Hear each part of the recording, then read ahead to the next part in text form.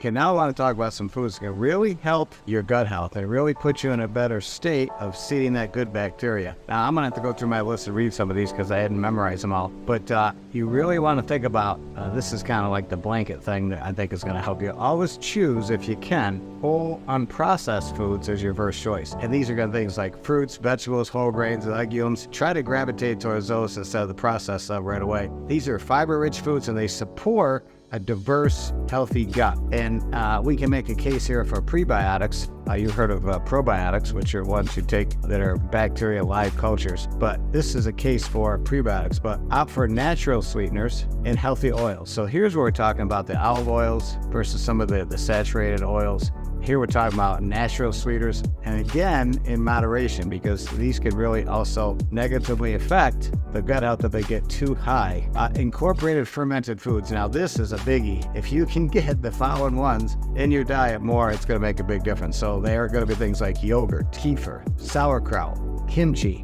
These are all really good, and they're packed with probiotics. So if you can get fermented food, my wife loves to cook with a sourdough and she uses buttermilk. So those are also power packed. Limiting the alcohol, of course, is one thing you can do. Everybody says, hey, I'm not going to give up alcohol. No, we're just saying if you have high amounts of alcohol, it's really going to cause moderation. And then carbonated beverages, believe it or not, that can have an impact. Now, some studies are showing that grass-fed organic meats, when you consume animal products, might be an advantage. Now, here's another one. You want to promote gut health? Stay hydrated. Big one. And then the other thing is you want to check for food intolerances. I tell you what, if your gut is not feeling good and you got gas, bloating, abdominal pain, guess what? Maybe you got to take a look at some of these food intolerances. I know this. I can't do certain foods and they really cause havoc with me, so I kind of avoid those. And that might be a sign that maybe your gut health's being affected. So here's a call to action I'm going to recommend for you this week. Try to really replace some of the processed foods with some of the whole foods and start to swap some of them out. That's number one. That's going to make a big impact.